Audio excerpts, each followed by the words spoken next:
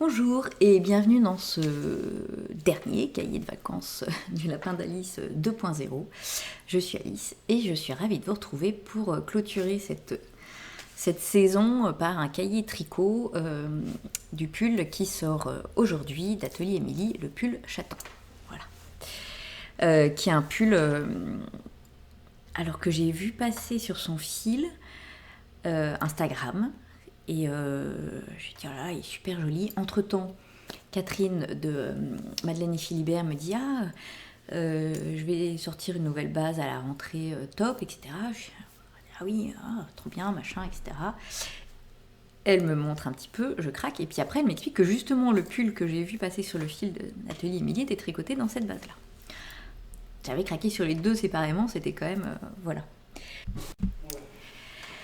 Donc j'ai contacté Émilie, puisque je sais pas pourquoi, je suis plus dans sa liste mail là, de testeuse. Donc voilà, je lui ai dit, j'adore vraiment, j'aimerais bien le tester, si t'es d'accord. Voilà, donc elle m'a accepté, j'étais contente. Et du coup, j'ai testé le pull chaton d'Atelier Émilie dans la nouvelle base de Catherine, Madeleine et Philibert. Donc le pull chaton, alors elle l'avait pas fini à ce moment-là, donc il manquait une manche. Voilà, c'est un pull qui a ce joli motif là, moi qui m'a beaucoup plu, et puis ces grandes manches là, voilà, j'aime bien les grandes manches en ce moment, je crois que voilà. Et la nouvelle base de Catherine, donc Madeleine et Philibert, je vous le donne en mille, elle s'appelle Alice, bon, pas comme moi, mais bon, Alice DK. Voilà. C'est une base 50% baby alpaca, 25% soie, 25% lin. Donc c'est du DK dans le sens où c'est du 250 mètres au 100 grammes. Voilà. Et moi, j'ai craqué sur le coloris Grenoble.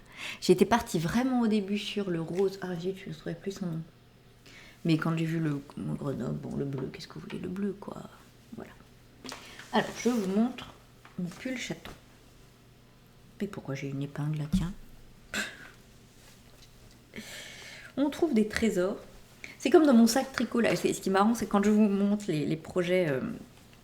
j'ai pas encore rangé, avant que vous les présenter, j'ai pas encore rangé les sacs à projet dans lesquels je tricotais les pulls, donc il reste les étiquettes, les bouts de laine, comme ça je peux vous en parler. Et puis il reste différentes choses, voilà. Donc par exemple dans le top Cap Béna de la droguerie, il y avait du sable, parce que j'ai tricoté pas mal à la plage. Là il y a la barre de céréales, parce que j'ai tricoté à la montagne. Hein. Donc en fait je trouve ça vachement sympa, ça me remémore aussi, bref. Voilà.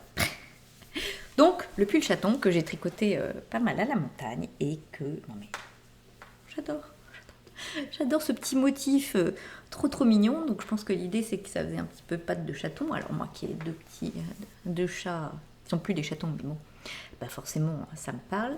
Moi j'y vois aussi des fleurs, hein. Voilà. Et puis ce bleu là, trop joli. Alors c'est un fil d'éca mais qui est assez... qui est léger, puisque vous voyez il y a du lin, donc en fait il est frais, je sais pas comment vous dire, il est frais, voilà. Hop. Alors pour les détails, donc moi j'ai tricoté la taille 2 pour un tour de poitrine de 100 cm, donc ça me fait une aisance d'à peu près 14 cm. Mais normalement, donc Émilie, elle a tricoté le fil en aiguille 4, et moi du coup j'ai utilisé des aiguilles 3,25. Donc décidément, je crois que la piste, je tricote de plus en plus lâche là, voilà. Donc 3,25 pour le corps et 2,25 pour les côtes. Voilà, donc c'était long aussi. Oui, il y a de la soie et du lin. C'est pour ça 25% soie, 25% lin. Donc il est frais, je trouve. Je sais pas vous dire, il est frais. Voilà. Donc très sympa. Donc, vraiment un fil super sympa. Voilà. Et puis nous, quand on était dans les Alpes du Sud, il faisait chaud et c'était très agréable à tricoter aussi. Donc c'est un pull qui se tricote du bas vers le haut, donc en rond. On commence par une bande de côte torse 1-1 qui était donc assez longue, là en aiguille de 25, là. Et puis après, on commence le corps, on continue le corps en jersey et en insérant ces bandes de motifs là qui sont en quinconce. Voilà. continue jusqu'aux emmanchures. Une fois qu'on est aux emmanchures, on va continuer séparément le dos et le devant à plat, hein, toujours en continuant les motifs chatons. Voilà, on rabat des mailles pour l'encolure devant et puis on continue en faisant des diminutions pour former l'encolure devant. Et au dos, on continue tout droit. Hop, voilà. Ensuite, les épaules sont rabattues à 3 aiguilles. Voilà. Moi, comme toujours, vous le savez, j'enchaîne sur l'encolure parce que j'aime bien être débarrassée. Et donc, on relève, c'est une encolure en côte 1-1. Alors, c'est un fil qui est moins extensible, si on peut dire ça comme ça, que de la laine. Donc, je pense que j'ai rabattu un petit peu trop serré. Il faudrait que je défasse le rang de rabat et que je rabatte plus souplement. Voilà. Parce que c'est quand même, il y a beaucoup moins de... D'ailleurs, on le voit au blocage, hein, je trouve qu'il y a moins de jeu. Alors, c'est aussi peut-être parce que je l'ai tricoté en 3,25 et pas en aiguille 4, hein, donc forcément, la laine a moins de place. Enfin, le fil a moins de place. Mais malgré tout, j'ai trouvé qu'il y avait moins de jeu que d'un fil mérinos classique, quoi. Et puis ensuite, on vient relever les mailles pour les manches. Et là, on fait un truc bizarre, c'est qu'on commence par faire des augmentations. Hein, donc on fait la manche, hein, en jersey avec à nouveau les motifs, et on commence par faire des augmentations. On voit très légèrement.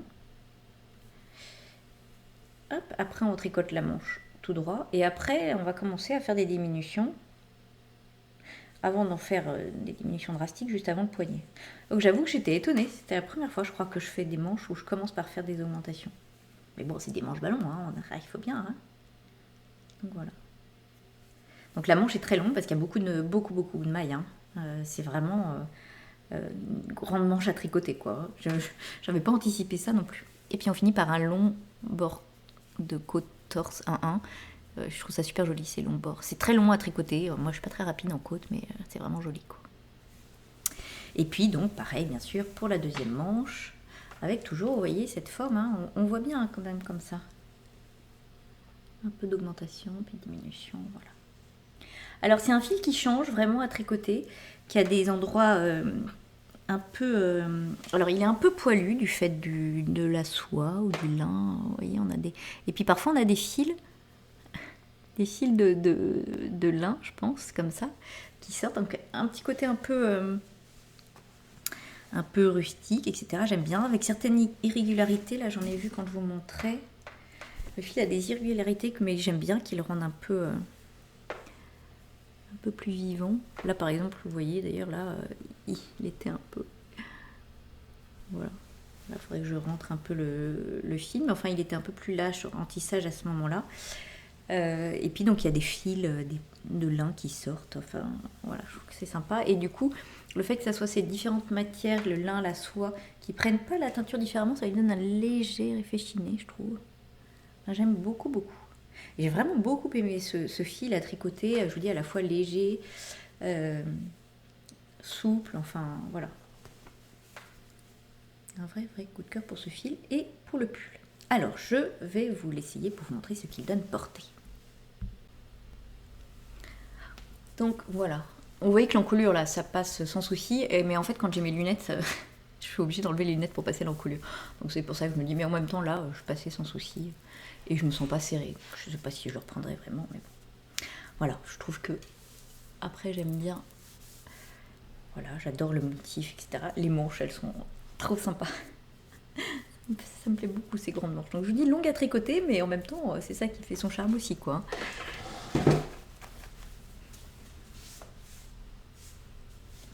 Et voilà, donc avec ces grandes manches, après la forme est toute simple mais hyper agréable. Et je trouve que c'est vraiment un fil déca, mais qui peut être... alors, je peux pas vous dire en hiver, hein, mais je trouve qu'en tout cas, en été... alors bon, d'accord, en Bretagne, vous allez me dire qu'il fait pas très chaud, mais bon... enfin, il se porte très bien. Aussi, en été, il est quand même très respirant, etc. Et alors, ce bleu, non mais... Je trouve que voilà, le bleu Grenoble, là, de Catherine, avec ce fil un peu chiné, machin, ça lui va très très bien. Donc vraiment, c'est une laine un fil que j'ai beaucoup aimé tricoter, voilà. Et puis donc le pull chaton, tout mignon, féminin, et voilà. Voilà pour ce dernier projet tricot, ces derniers cahiers de vacances. Voilà. Donc on va rentrer doucement dans l'automne. Va falloir que je me mette aux causettes d'automne. Je ne sais pas si j'ai encore l'esprit à ça. Mais bon.